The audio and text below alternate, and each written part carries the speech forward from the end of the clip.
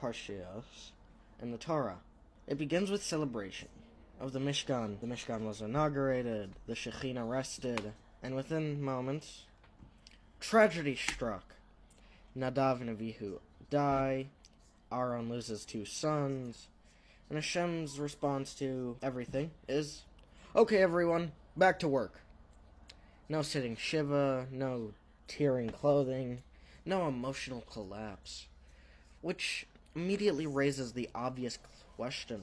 Hashem, have you ever met human beings? The Torah tells us that Aharon and his remaining sons, Elazar and Isamar, may not mourn publicly. Not only that, Hashem says, don't let your hair grow wild, don't tear your clothing, and don't interrupt the avodah. Why? Because the Mishkan is not a therapy session. It's the place where Klal Yisrael meets Hashem. The message is difficult but powerful. Sometimes, your role is bigger than your pain.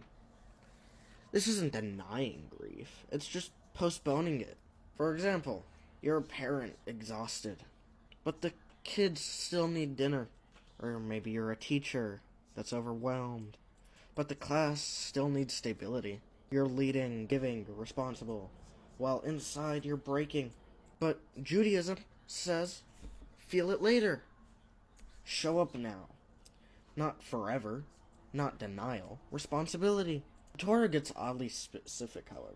A Kohen may not enter the Mikdash with long, unkempt hair, the look of a mourner. Why does Hashem care about hair? Because external chaos reflects internal chaos. The Mikdash is a place of simcha mixed with awe, not despair, not emotional unraveling. This is not the time to show up emotionally unhinged. This is the moment to say, I'm a mess.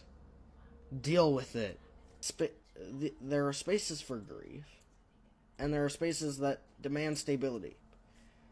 Judaism insists your emotions matter, but so does the environment you create. Then the Torah drops a bombshell. A Kohen may not perform the avodah after drinking wine. Why? Because intoxication causes drowsiness, overconfidence, loss of clarity, which honestly describes half of social media, most comment sections, and every argument that starts with, I'm just being honest. The Kohen must be fully present and mentally and emotionally stable. The Torah expands this. Anyone who makes halachic decisions may not do so after drinking. Which, translation, don't paskin after whiskey. Don't give advice when you're emotionally drunk. Don't make life decisions when judgment is impaired. Which brings us to something shocking. Moshe Rabbeinu gets angry at Elazar and Isamar. And suddenly he's wrong. Aaron calmly explains the halacha. Moshe responds, you're right, I forgot. The Torah teaches openly that anger causes forgetfulness. Not ignorance, not lack of intelligence. Anger. You can know everything and lose access to it when you lose control. We all know this. A text in anger, sent in anger. A correction made too loudly. A flight where logic quietly exits the room. And Yiddishkeit says, the moment anger enters, wisdom leaves. The Gemara proves this from Hillel, the calmest man in Jewish history. He becomes a Nasi. He's praised publicly. And then he scolds the people sharply. Immediately afterward, he's asked a halachic question. And he says, I heard this halacha, but I can't remember it. Anger plus ego equals memory loss, not punishment, reality. When emotions spike, wisdom drops. Parsha Shemini isn't just about Nadav and Avihu. It's about leadership under pressure, emotional discipline, knowing when not to act on feelings. It teaches us, don't serve Hashem drunk, literally or emotionally. Don't lead while angry.